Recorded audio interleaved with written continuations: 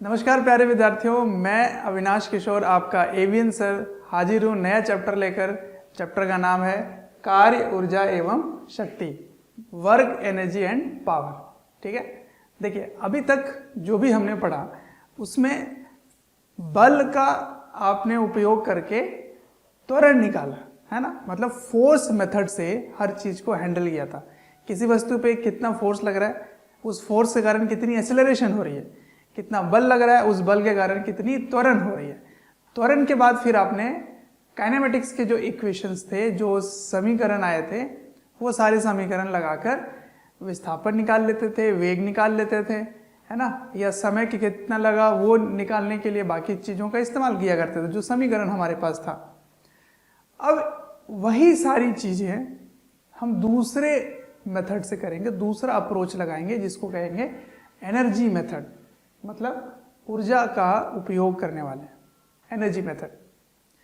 जैसे किसी वस्तु को अगर आप h ऊंचाई से, h हाइट से छोड़ देते हैं तो वो गुरुत्व बल के कारण, गुरुत्वाकर्षण बल लग रहा है उसमें, उसके कारण जो त्वरण आ रहा है g, उसी के कारण जो विस्थापन हो रही है, उसके बाद वेग कितना होता है वो आप निकाल लेते थे। उसमें कैसे किया करते थे, उस पर बल कितना लगा आपने mg बल लगा, उसको जब आप उसके मास से डिवाइड करते हैं तो वो g निकल के आता है, वो उसका त्वरण होता है।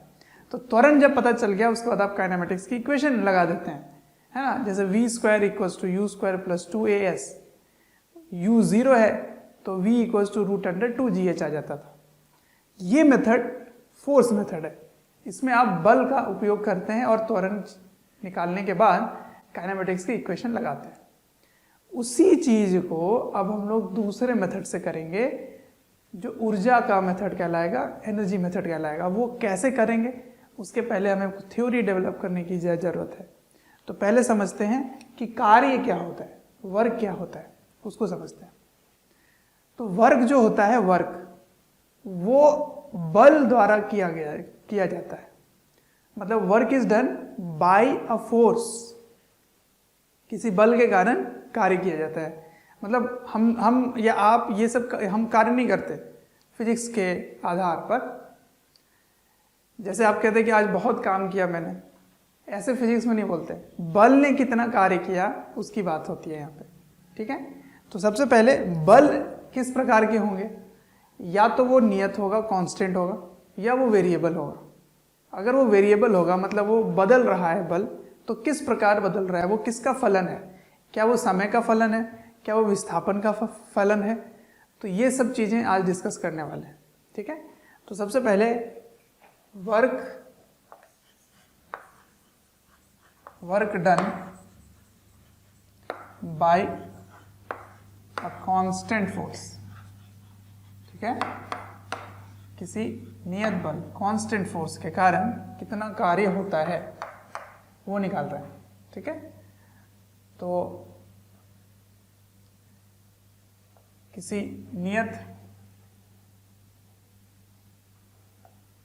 कार्य जो है वो कांस्टेंट फोर्स, कांस्टेंट समझ रहे होगे, जो ना बदले, अचल रहे, है ना, नियत है वो, नियत बल या अचल, कांस्टेंट। तो देखिए कैसे निकालेंगे, जो इसकी परिभाषा है उस परिभाषा के हिसाब से अगर बात करें तो कार्य की परिभाषा होती है वर्क बराबर बल, क्योंकि ये नियत है, उसको आप डॉट करते हैं विस्थापन से। एस का मतलब क्या है, विस्थापन। तो कार्य की परिभाषा क्या हो गई, F.S। ठीक है, जब इसको डॉट को खोलोगे तो क्या हो जाएगा, Fs cos थीटा। तो कार्य क्या हुआ, Fs cos theta. Work is equal to Fs cos theta. F का मतलब हो गया फोर्स अर्थात बल, S का मतलब हो गया विस्थापन, डिस्प्लेसमेंट,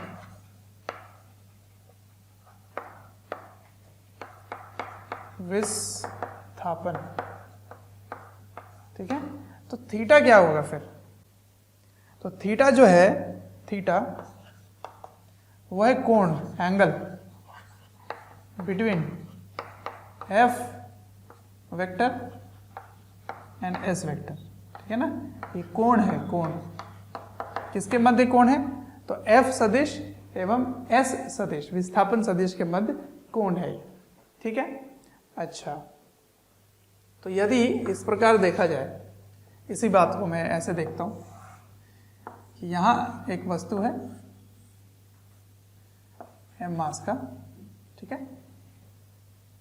अब इसमें इस प्रकार मैंने बल लगा दिया F,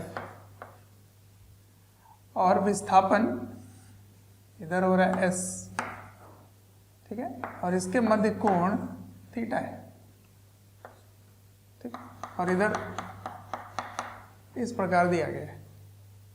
तो यदि आप इसी परिभाषा को वहां लगाते हैं तो कार्य इस बल द्वारा कितना होगा? तो work done by F, F force के कारण वर्क कितना होगा? तो इस परिभाषा से अगर बात करें तो वो आएगा एफ एस कॉस थीटा। अब इसी बात को यदि मैं यहां पर देखूं तो इस एस का घटक यानी कंपोनेंट, एस का कंपोनेंट एफ के दिशा में क्या होगा? तो एस का कंपोनेंट एफ के दिशा में अगर आप निकालें तो वो आ जाएगा एस कॉस थीटा, है ना। इसके आपने इधर कंपोनेंट ले लिया, एस का कंपोनेंट इधर ले लिया तो एस कॉस थीटा हो गया। इसका मतलब आप विस्थापन के उस घटक को गुणा करते हो जो बल के दिशा में होता है। तो इससे बड़ा ही इंपॉर्टेंट पॉइंट समझ में आ गया। इसको बोलोगे component of S in direction of force, ठीक है। तो विस्थापन का घटक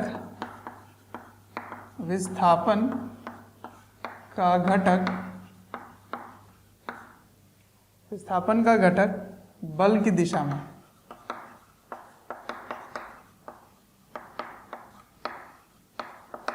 ठीक है। बल के दिशा में जो घटक होगा विस्थापन का, उसे ही गुणा करेंगे बल से, है ना। या फिर इसको ऐसे भी समझा जा सकता है, ये cos थीटा को f के साथ रख दो तो इसको ऐसे भी तो लिख सकते हैं, f cos theta into S. इसका मतलब बल का घटक विस्थापन के दिशा में क्या है उससे भी गुणा कर दें अगर, तो आप कार्य निकाल सकते हैं उस बल द्वारा, है ना। इसको ऐसे भी लिख सकते हैं कि कंपोनेंट ऑफ फोर्स, है ना, component of force in direction of displacement, विस्थापन के दिशा में बल का वो घटक, उसी को गुणा करना है विस्थापन से, ठीक है। चलिए, अब इसके आधार पर कुछ बातें समझ में आ रही है कि यदि थीटा का मान परिवर्तित करें तो उसका कार्य का भी मैग्नीट्यूड, उसकी जो परिमाण है वो बदल जाएगी। यदि आप बल और विस्थापन समान रखते हैं लेकिन कोण में केवल परिवर्तन करते हैं तो कार्य अलग अलग आएगा। तो उस पर अभी चर्चा करते हैं, इसको आप लिख लीजिए। तो अब पता करते हैं कि कार्य कब धनात्मक यानी कि कब पॉजिटिव और कब नेगेटिव, कब ऋणात्मक होगा, ठीक है। तो वो इस पर निर्भर करेगा कि केस 1 कि आपका जो कोण है वो कहाँ से कहाँ है। तो कोण अगर 0 से 90 के मध्य हो, है ना, इन्हीं के बीच है अगर, मतलब इस प्रकार है, ये फोर्स, ये डिस्प्लेसमेंट, ठीक है, ये मध्य कोण है। तो ऐसे केस में जो कार्य होगा वो पॉजिटिव होगा। पॉजिटिव मतलब धनात्मक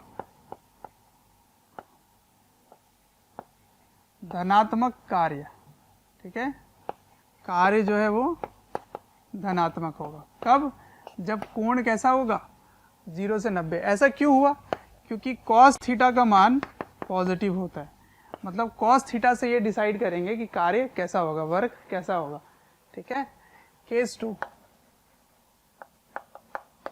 अगर 90 से बड़ा है और 180 तक है, ठीक है, मतलब बल इस प्रकार लग रहा है,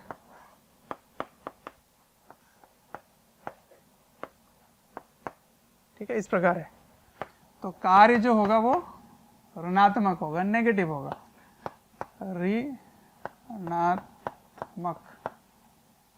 ऋणात्मक कार्य, ठीक है। मतलब जब भी कोण 90 से 180 के मध्य होता है, ठीक है ना, ऑब्ट्यूज एंगल इसको बोलते हैं, ऑब्ट्यूज एंगल अगर होता है तब कार्य क्या होगा, तब कार्य नेगेटिव होगा, और ये अक्यूट एंगल होता है, ठीक है, थीटा का मान अक्यूट एंगल होता है। वो क्यों हुआ, क्योंकि कॉस थीटा का ही मान नेगेटिव हो गया। वो क्यों, क्योंकि आपने पढ़ा होगा कि जब भी थीटा का मान 90 से लेकर 90 मतलब 90 से बड़ा हो, 90 से बड़ा 180 तक हो, तब कॉस थीटा का मान नेगेटिव होता है, क्योंकि आप इस क्वाड्रेंट में आ गए ना, सेकेंड क्वाड्रेंट में, तो सेकेंड क्वाड्रेंट में कॉस थीटा नेगेटिव होता है, इसीलिए कार्य नेगेटिव होता है। अच्छा, केस 3 देखते हैं। अगर थीटा का मान एकदम 90 डिग्री ही है, मैंने 90 इसमें भी नहीं लिया, इसमें भी नहीं लिया, 90 से बड़ा 90 से छोटा, बट 90 में क्या होगा, तो कॉस 90 का मान क्या होता है, कॉस 90 का मान 0 होता है, इसीलिए कार्य क्या हो जाएगा, 0, ठीक है। मतलब कभी भी बल और विस्थापन अगर आपस में लंबवत हो, लंबवत मतलब परपेंडिकुलर हो, तो कार्य शून्य होगा, 0 होगा, ठीक है। अच्छा, अब इसके उदाहरण क्या होंगे, उदाहरण देखो, अगर मान लो कुली ऐसे उठाकर सर पे रखा हुआ है अपना वजन, और वो ऐसे चल रहा है, ठीक है, तो जो भी भार यहाँ लग रहा है उसमें जो बल लगाया उसने वो लंबवत लगा है, और इसकी विस्थापन क्षैतिज दिशा में हो रही है, हॉरिजॉन्टल हो रहा है, तो हॉरिजॉन्टल डिस्प्लेसमेंट, वर्टिकल फोर्स, तो आपस में उनके मध्य कोण 90 डिग्री हो गया है ना, 90, तो 90 डिग्री होने के कारण वर्क डन क्या होगा, 0 हो जाएगा, क्योंकि कॉस थीटा ही 0 हो गया, ठीक है। तो एक उदाहरण तो वो हो गया। दूसरा, अगर आप पेंडुलम की बात करें, है ना, पेंडुलम, तो इसमें अगर ये इधर जाता है तो इधर जाने पर विस्थापन, थैंक यू डियर स्टूडेंट्स, हमें ढेर सारा प्यार देने के लिए। डेली हजारों स्टूडेंट्स हमारे वीडियोस से लाभ उठा रहे हैं, उनको काफ़ी बेनिफिट पहुंच रहा है हमारे वीडियो लेक्चर से। आपसे एक रिक्वेस्ट है कि डिस्क्रिप्शन बॉक्स पे एक लिंक है, उस लिंक को क्लिक करें और अपनी एनरोलमेंट सुनिश्चित करें, और साथ ही जिनको स्टडी मटेरियल या फिर डाउट सेशन चाहिए वो प्रीमियम कोर्सेज के लिए भी एनरोल कर सकते हैं। और ये हो गया इसका टेंशन, ये हो गया टेंशन, तो टेंशन इधर, डिस्प्लेसमेंट इधर, डिस्प्लेसमेंट इधर, टेंशन इधर, तो इसके बीच का कोण 90 डिग्री है, ठीक है। तो हमेशा ये जो बल है ना वो पूरे टाइम 90 डिग्री का कोण बनाता है, क्योंकि विस्थापन इधर क्यों लिया, क्योंकि हमेशा विस्थापन स्पर्शीय होता है, टेंजेंशियल होगा अगर कर्व पाथ में है तो सर्कुलर मोशन में आपने पढ़ रखा होगा, है ना, या आप रस्सी लेकर अगर घुमाए ऐसे, तो टेंशन हमेशा डिस्प्लेसमेंट के परपेंडिकुलर होगा। या हर वो सेंट्रीपिटल फोर्स, सेंट्रीपिटल समझ रहे हैं, जो सेंटर के तरफ हो, सेंट्रीपिटल फोर्स, उसके कारण वर्क डन हमेशा नेगेटिव होगा सर्कुलर मोशन, सॉरी 0 होगा सर्कुलर मोशन में, ठीक है, क्योंकि ये केंद्र के तरफ होगा और ये स्पर्शी है, टेंजेंशियल होगा, तो ये विस्थापन और इधर बल 90 डिग्री, तो कार्य क्या हो गया, 0, ठीक है। चलिए, अब अभी तक मैंने कांस्टेंट फोर्स के बारे में बताया था, अब मैं वेरिएबल फोर्स भी बताऊंगा, लेकिन उसके पहले इसकी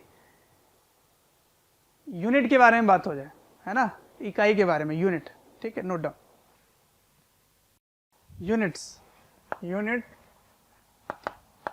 ऑफ वर्क, ठीक है, कार्य के मात्रक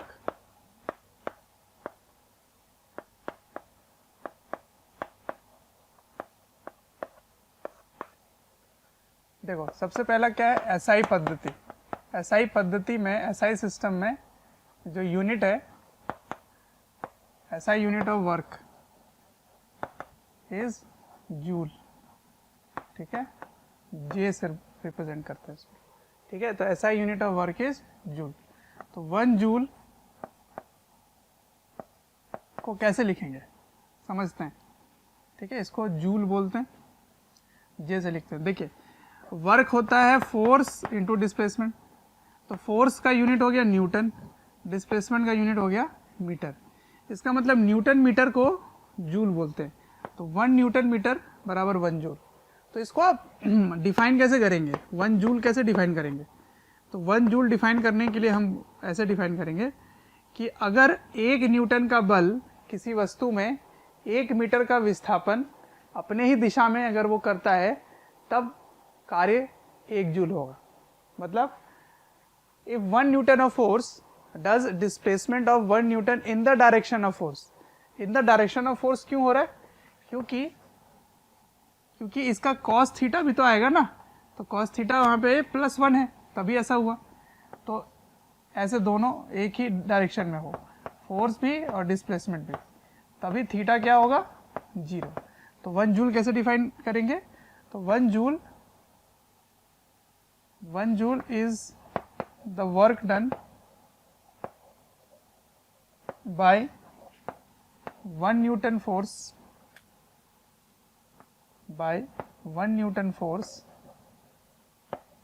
if 1 meter displacement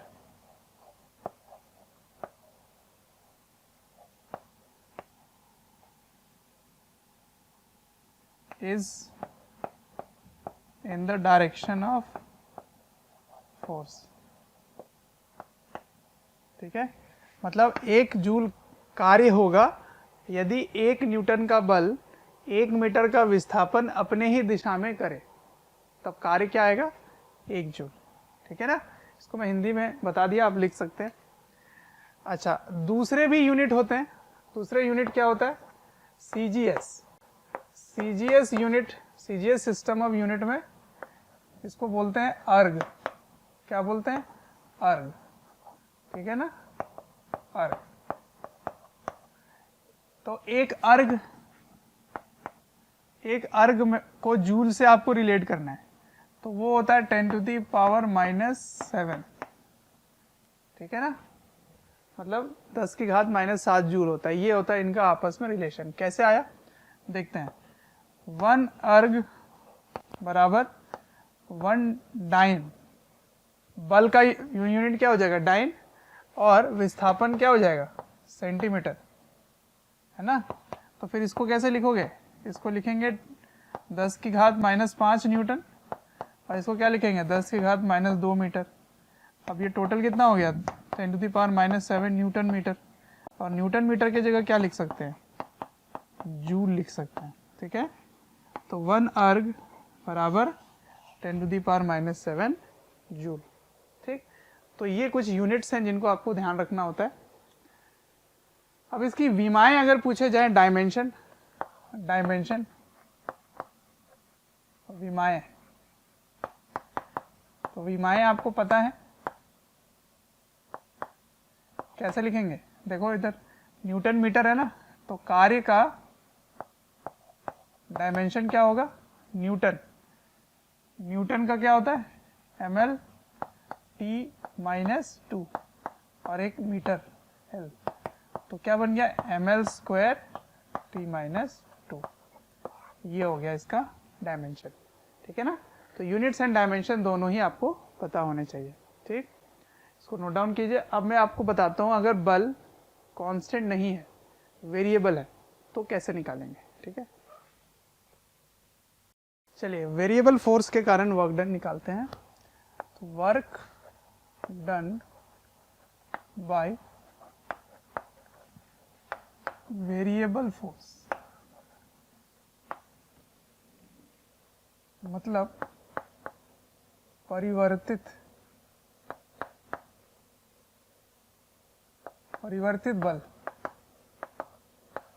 बल द्वारा किया गया कार्य। जो बल बदलता रहे, है ना, जो कांस्टेंट ना हो, उसको वेरिएबल फोर्स बोलेंगे। तो उसको देखते कैसे पता चलता है? जैसे फोर्स किसी का फलन है, फोर्स समय का फलन है, फोर्स विस्थापन का फलन है ना, फंक्शन है, एक्स का फंक्शन है, वाई का फंक्शन है, टाइम का फंक्शन है, किसी का भी फंक्शन हो सकता है। तो ऐसे केस में वो क्या कहलाता है? Variable force. तो मान लेते हैं कि जब वो फोर्स लगा के उसको डिस्प्लेस किया तो उसकी जो पथ है, जो इसका पाथ है, वो भी टेढ़ा मेढ़ा है, सीधा सीधा नहीं है, ठीक है। और मैं मान लेता हूं कि किसी भी समय पर वो यहाँ पर था, ठीक है, और इस पे आपने ऐसे बल लगाया था, और डिस्प्लेसमेंट हमेशा स्पर्शीय होता है, टेंजेंशियल होता है। तो छोटा सा डिस्प्लेसमेंट आप स्टडी कर रहे हैं, बहुत ही छोटा सा। क्यों कर रहे हैं छोटा सा? क्योंकि ये पूरे टाइम चेंज हो रहा है, तो छोटे छोटे ऐसे रास्ते में जाकर ऐसे छोटे वर्क निकालेंगे, इतना विस्थापन, फिर इतना विस्थापन, फिर इतना विस्थापन, करते पूरे रास्ते में जोड़ देंगे, ठीक है। तो उसी को बोलते हैं इंटीग्रेशन, ठीक। तो ये F.ds हो गया। अब इसमें छोटा सा कार्य dw आया, तो dw क्या होगा? बहुत ही छोटा सा वर्क, छोटा सा कार्य जो इस ds विस्थापन में, ds डिस्प्लेसमेंट में हुआ है, ठीक है। तो इसको कैसे लिखेंगे? F.ds, ठीक। उसके बाद इसी को आप पूरे रास्ते में ऐसे जोड़ देंगे, तो इसको पूरे रास्ते में जब जोड़ेंगे तो टोटल वर्क आ जाएगा। तो उसको कैसे लिखेंगे? F इंटीग्रेशन हो जाएगा F.ds, ठीक है, ऐसे हो जाएगा। अब आपको इसके बीच का कोण या एंगल आपको पता होगा, कैसे न कैसे कुछ ना कुछ आपको गिवन होगी, ठीक है। तो आप इसको सॉल्व कर पाएंगे।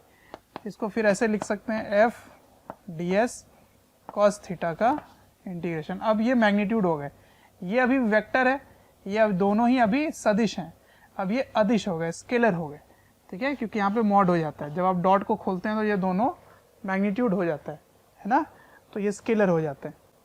फिर यहाँ पे लिमिट कैसे लगाओगे? तो इस पोजीशन से इस पोजीशन तक का लिमिट लगा दोगे, यहाँ से यहाँ तक, ठीक है। तो अपने आप ही आंसर निकल आएगा। अब इस चीज को क्या बोलते हैं? F.ds को, इसको बोलते हैं लाइन इंटीग्रल, इंटीग्रल या पाथ इंटीग्रल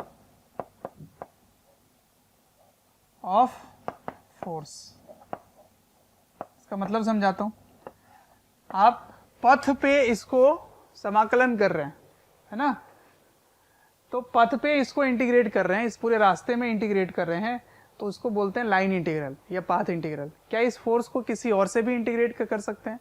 तो कभी भी फोर्स को अपने रास्ते में अगर आप इंटीग्रेट करेंगे, उसके पथ के साथ इंटीग्रेट करेंगे, लाइन इंटीग्रल करेंगे, पाथ इंटीग्रल करेंगे, उसी को वर्क बोलते हैं।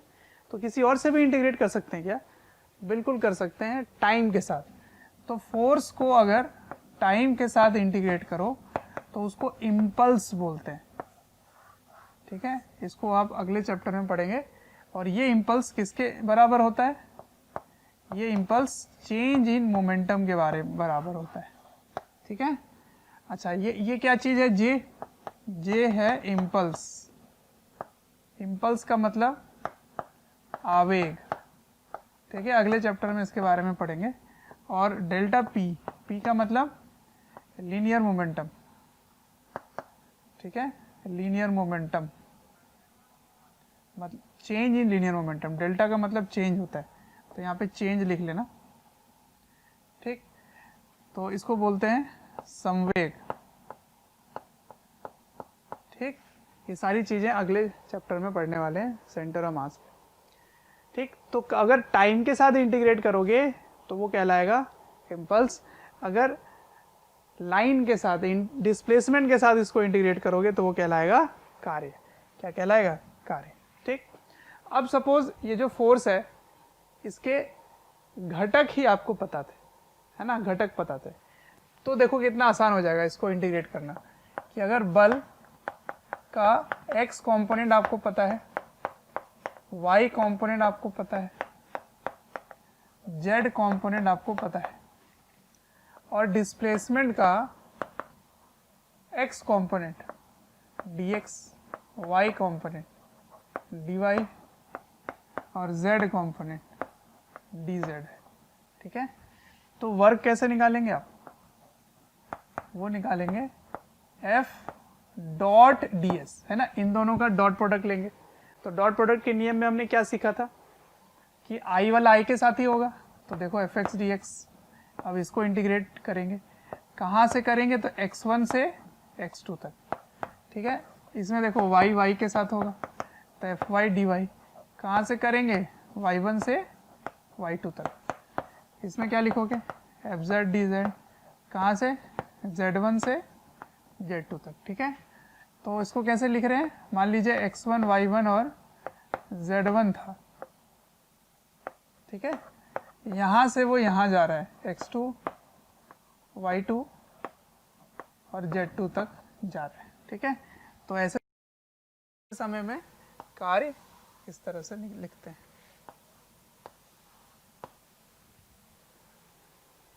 आया समझ? प्यारे बच्चों, जब मैं कमेंट सेक्शन में जाता हूँ तो कुछ ऐसे लाइन हैं, कुछ ऐसे कमेंट्स हैं जो काफ़ी कॉमन है, और वो ये हैं कि सर एक इस चैप्टर का इस टॉपिक के बारे में वीडियो बना दें, या इस टॉपिक को थोड़ा सा इलेबोरेट करके समझा दें। तो प्यारे बच्चों, मैं आपसे रिक्वेस्ट करना चाहता हूँ कि सबसे पहले तो हमारे चैनल को सब्सक्राइब करें और बेल आइकन को हिट करें। इससे क्या होगा कि कोई भी नोटिफिकेशन आप मिस नहीं करेंगे। मैं ये इसलिए कह रहा हूँ क्योंकि जिस टॉपिक के बारे में आप पूछ रहे होते हैं या आप रिक्वेस्ट कर रहे होते हैं, वो हमारे चैनल्स में ऑलरेडी वीडियोज़ हैं। आप अगर चैनल विजिट करेंगे तो प्लेलिस्ट भी बने हुए हैं, और प्लेलिस्ट से आप अपने जो डिमांड है, जो आपके पर्टिकुलर टॉपिक्स हैं, उनको आप विजिट करके पढ़ सकते हैं। ऐसे होगा, ठीक है। अब कुछ क्वेश्चन लेंगे, इसको ज़्यादा समझ पाओगे आप, है ना। तो दोनों के क्वेश्चन ले लेते हैं, एक कांस्टेंट वाला और एक वेरिएबल वाला। तो कभी भी वेरिएबल फोर्स हो तो इसको शुरुआत यहाँ से करोगे, उसके बाद अपने आप ही आगे का रास्ता आपको मिल जाएगा, ठीक है।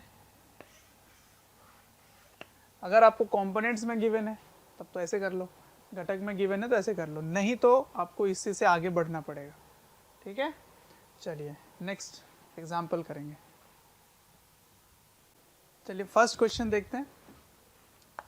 फर्स्ट क्वेश्चन में कांस्टेंट फोर्स मैंने दिया, ये 2i plus 3k plus 3j minus 4k, ठीक है। ये एक बल है और एक वस्तु है जो A बिंदु, जो 1 2 -1 से लेकर उसको ये बल विस्थापित करके कहाँ ले जाता है, तो वो ले जाता है 2, 3, 1 तक, ठीक है। यहाँ लेके जाता है, समझ में आया, यहाँ से यहाँ लेके गया। तो आपको बताना है कार्य कितना होगा, वर्क डन बाय फोर्स कितना होगा, ये बताना आपको, ठीक है। तो इसको सॉल्व करते हैं, आइए। तो देखो फोर्स पता है, अब उसको फोर्स देखना है कैसा है, कांस्टेंट या वेरिएबल। तो देखो 2 3 -4, इसमें कुछ भी नहीं बदल रहा, 2 है तो कांस्टेंट ही रहेगा, 3 कांस्टेंट है, -4 कांस्टेंट है, वो तो चेंज ही नहीं हो रहा। इसका मतलब ये एक कांस्टेंट फोर्स है, ठीक है। तो कांस्टेंट फोर्स द्वारा किया गया कार्य कैसे लिखते हैं, उसको लिखते हैं F डॉट S। S क्या होता है, इनके कोऑर्डिनेट का जो डिफरेंस होता है वही होता है S, यानी कि डिस्प्लेसमेंट। तो इनको सब्ट्रैक्ट करके डिस्प्लेसमेंट निकाल लीजिए। तो कैसे निकालेंगे, 2 में से 1 को घटाओगे तो 2 - 1 i कैप, इसको इससे घटाएंगे 3 - 2 j कैप, फिर इसको इससे घटाएंगे 1 -1, है ना, 1 -1 k कैप, ठीक। तो ये क्या हो गया, 2 - 1 1 i cap, 3 - 2 1 j cap, 1 - 1 + 2 k cap, ठीक। अब इसको क्या करो, बस i और j के साथ डॉट कर दो। तो 2 i cap plus 3 J cap minus 4 के cap dot with 1 I cap 1 J cap 2 के कैप।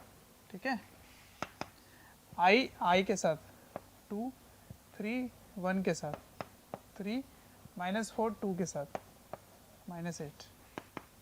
ठीक है, तो 3 2 5 में से 8 गया तो -3 जूल आ गया। ये न्यूटन में था और ये मीटर में था, क्वेश्चन में गिवन था। ठीक है, तो ऐसे निकालेंगे।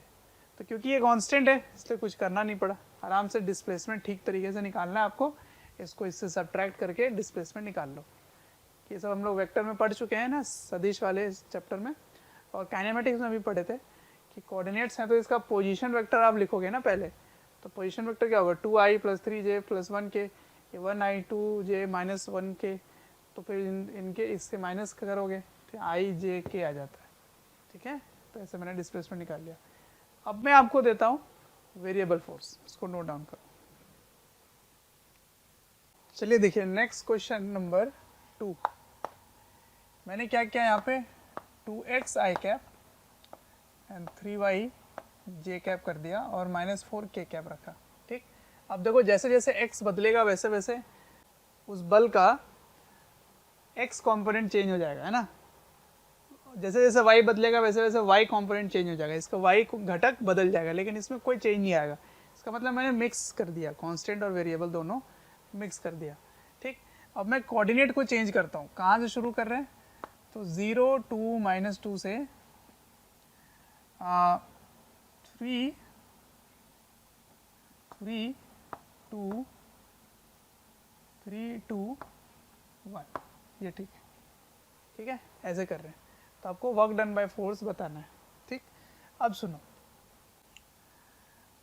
क्योंकि ये फोर्स वेरिएबल है तो इसको इंटीग्रेट करना पड़ेगा, है ना। तो मैंने आपको बताया था कि अगर आपको कंपोनेंट्स गिवन है तो सीधा वैसे ही शुरू हो जाओ, fx dx fy dy plus fz dz, ऐसे कर लो। कहाँ से, x1 से x2 तक। x1 क्या है, ये 1 है, ये 2 हो गया है ना। तो 0 से लेकर 3, 0 से 3, फिर 2 से 2, 2 से 2, फिर -1 से 1। ठीक, अब देखो इधर ध्यान से, fx की जगह क्या रखोगे, fx की जगह रखोगे 2x, तो 2 कांस्टेंट है, इसको बाहर ले लेते हैं, x dx plus 3y 3y dy। ठीक है, फ्रॉम 2 to 2 प्लस -1 से 1 fz dz कर लो, तो -4 को बाहर ले लिए इंटू dz। अब ध्यान से देखो, ये 2 से 2 जाएगा तो कोई डिस्प्लेसमेंट ही नहीं हुआ, तो इसको इंटीग्रेट करके टाइम वेस्ट मत करो, ये 0 हो गया आंसर। इसमें देखो x² by 2 फ्रॉम 0 to 3, ये दोनों कैंसिल हो गए, ये 0 हो गया।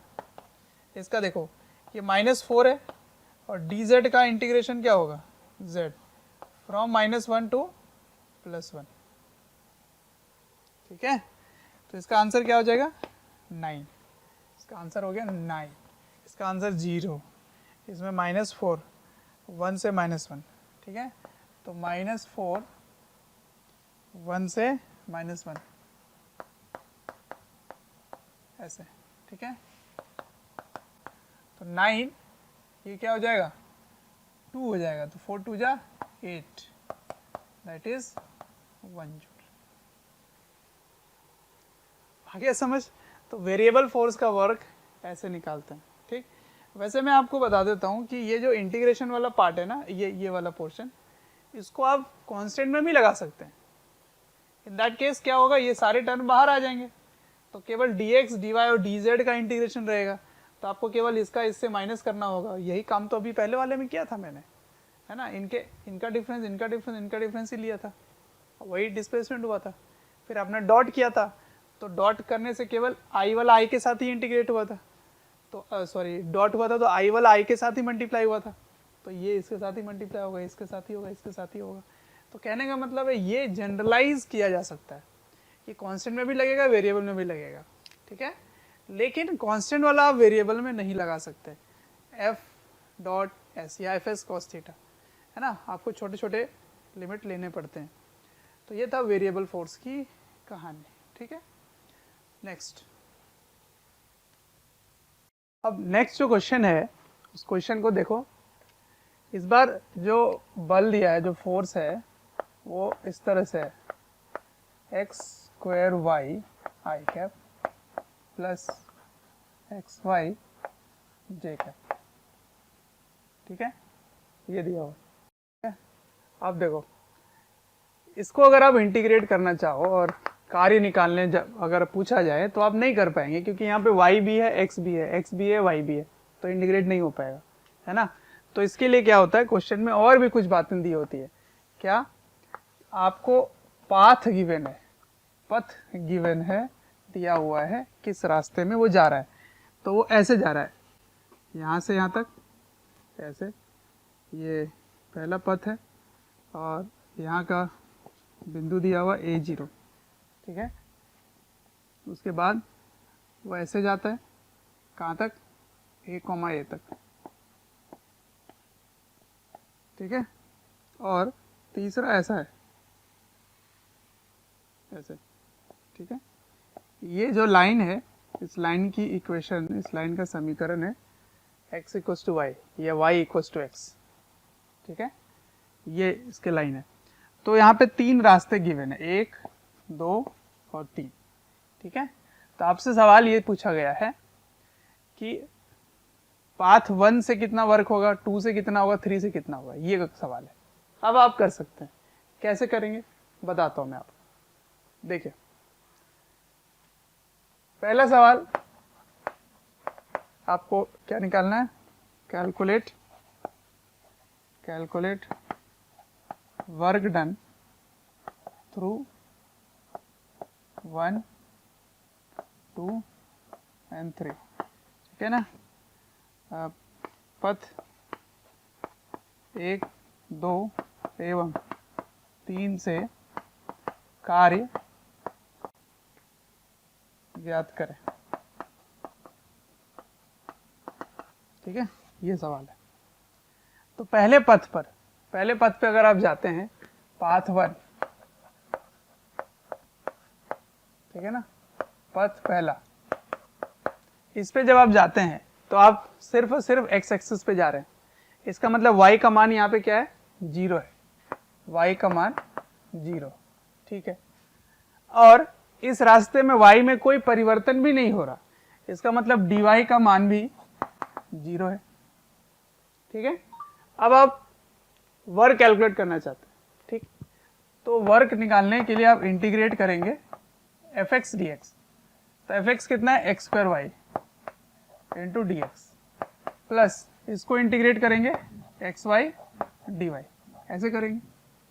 मैं वही कहना चाह रहा था आपको कि इस टाइप का इंटीग्रेशन नहीं पॉसिबल है, क्योंकि यहाँ y भी है और यहाँ पे x है, तो dy के साथ y होना चाहिए कंप्लीट और यहाँ पे dx के साथ x होना चाहिए कंप्लीट, बट ऐसा नहीं है, इसका मतलब आप इंटीग्रेट नहीं कर पाएंगे। तो क्या करें, तो आपको ये जो रास्ता है ना उसमें जानकारी दिया होता है, तो इस रास्ते में आपको पता चला कि y 0 है, तो y 0 रख दिए, तो ये पूरा का पूरा 0 हो गया। यहाँ पे dy ही 0 है, तो ये भी 0 हो गया।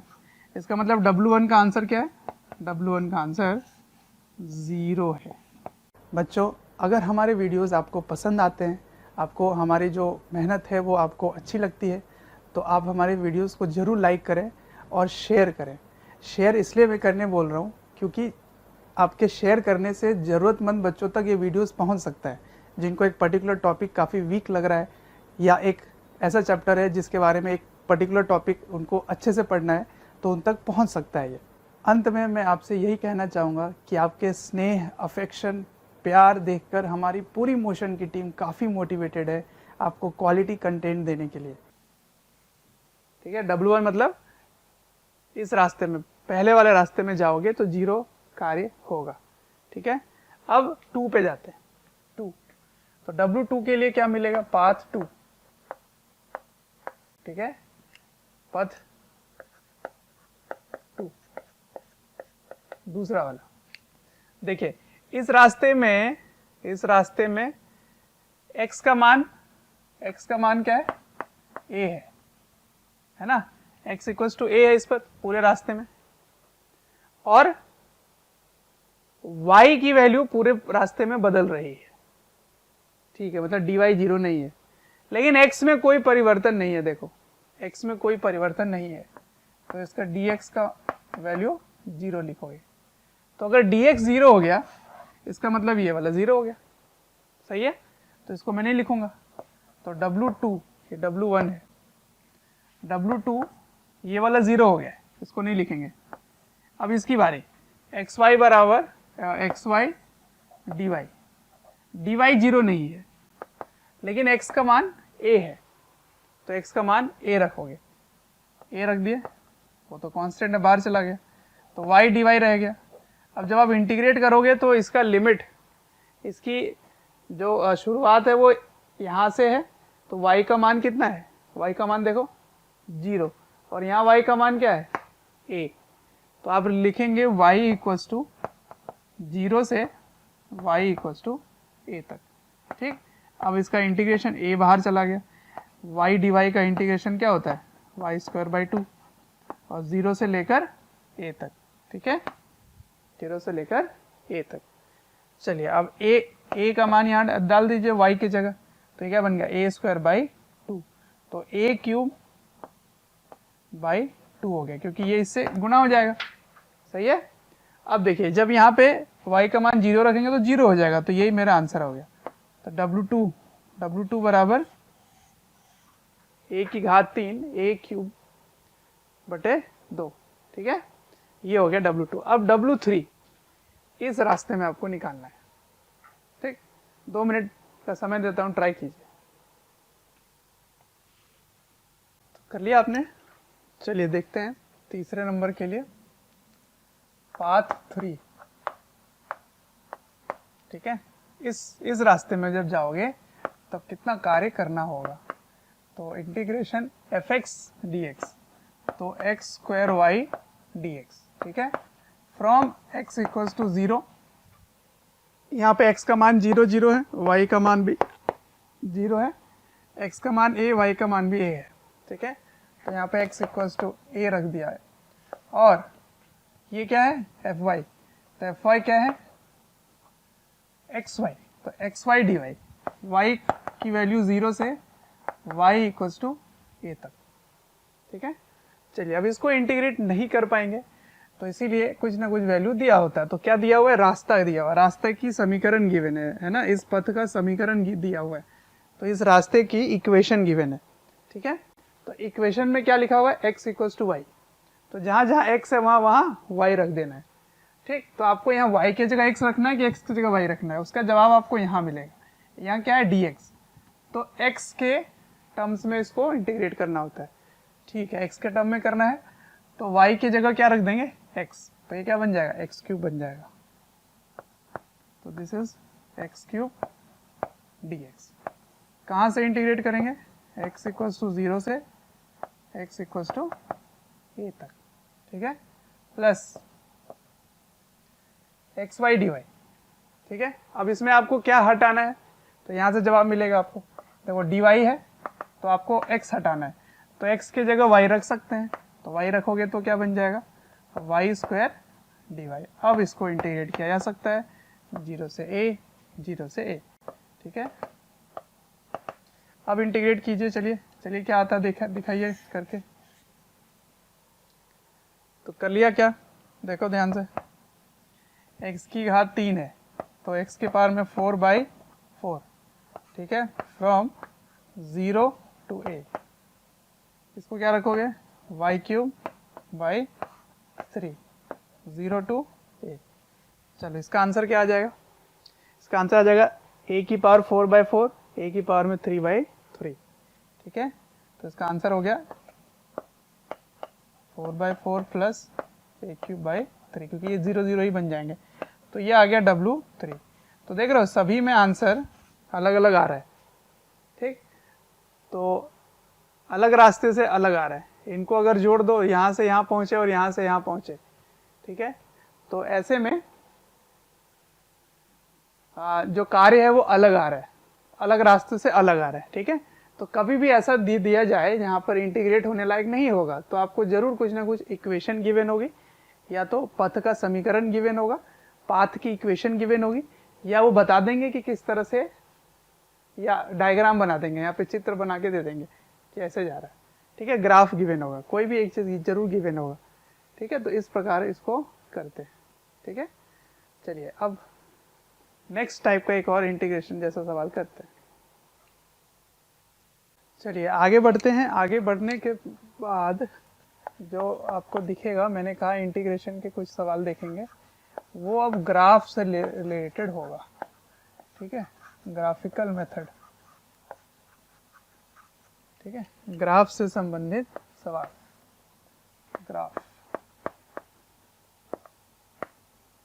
ग्राफ संबंधित,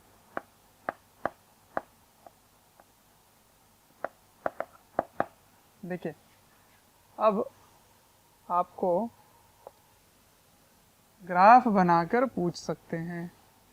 किसके में ग्राफ है? बल और विस्थापन में, ठीक है। इस प्रकार है,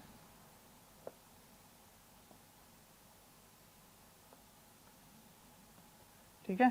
दिस इज फोर्स और ये x है, डिस्प्लेसमेंट मीटर में है, ठीक है ना। ये विस्थापन है, विस्थापन मतलब डिस्प्लेसमेंट है,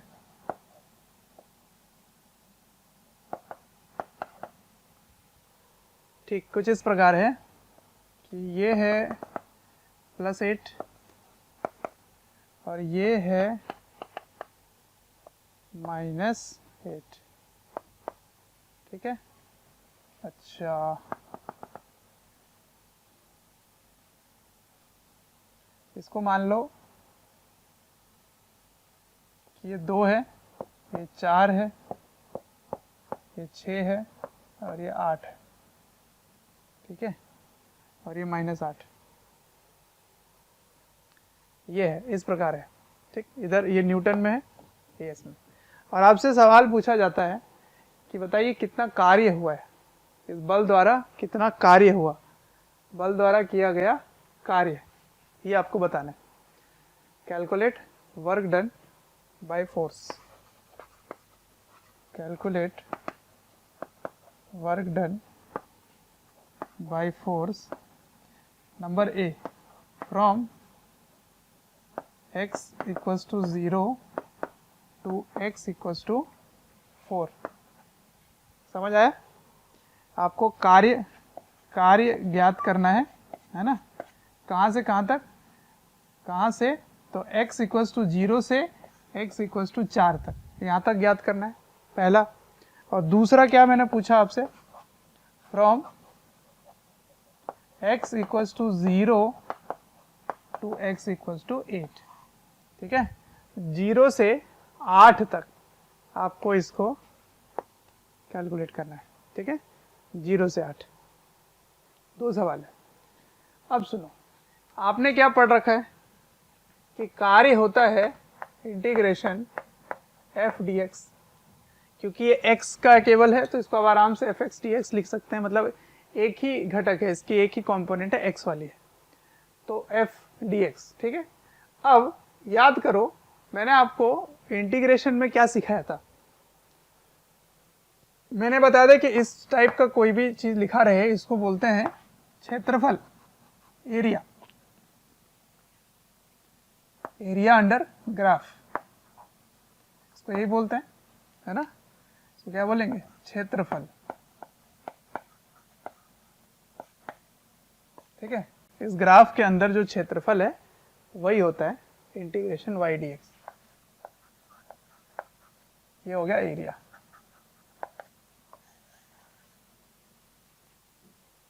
ठीक। तो इसका मतलब आपको एरिया निकालना है। इंटीग्रेशन fx dx का मतलब, इस टाइप का इंटीग्रेशन का क्या मतलब है? क्षेत्रफल। तो आप इसका क्षेत्रफल निकाल लीजिए, एरिया निकाल लीजिए, अपने आप ही आंसर मिल जाएगा। तो पहला सवाल क्या है, 0 से 4 तक, तो 0 से 4 तक का आप क्षेत्रफल निकाल लीजिए इतने दूर का क्या होगा। तो ये तो त्रिभुज का क्षेत्रफल है, तो पहले वाला करते हैं, आ जाओ। x बराबर 0 से x बराबर 4 तक, ठीक।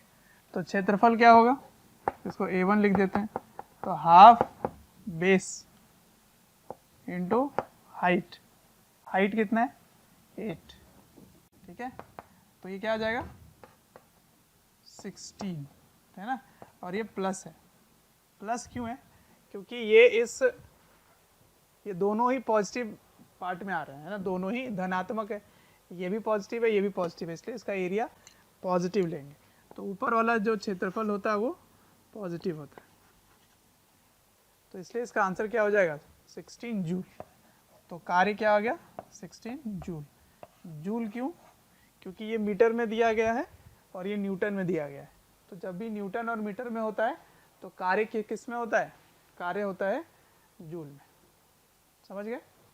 अच्छा, अब 0 से 8, 0 से 8 तो मतलब यहाँ से यहाँ तक, अब यहाँ तक का तो क्षेत्रफल आपने निकाल लिया, a1 आया, यहाँ का भी क्षेत्रफल निकाल लीजिए, ये वाला क्षेत्रफल। तो इसको एरिया ऑफ ट्रेपीजियम भी कर सकते हैं, ये ट्रेपीजियम का क्षेत्रफल हो सकता है ना। क्या होता है उसका सूत्र, क्या होता है कि जो समांतर भुजाएं हैं उसको जोड़कर जो लंबवत दूरी है उसे गुणा कर लीजिए, है ना। तो half into sum of parallel sides into height, ये होता है। तो बी निकालना है, ठीक। तो a1 तो आपने ले लिया, a1 कितना आया +16। अब a2 की बारी, a2 कैसे लिखोगे, half into sum of parallel side, यहाँ से यहाँ तक की दूरी क्या है, यहाँ से यहाँ तक की दूरी है 4, है ना, ये 8 और 4 है तो 4 है, और यहाँ से यहाँ तक की दूरी क्या है 2, ठीक। और ये क्या है, ये 8, ये कितना है, ये 8। तो इसको लिखोगे half sum of parallel sides 2 + 4 into height, ऊंचाई कितनी है 8, ठीक है।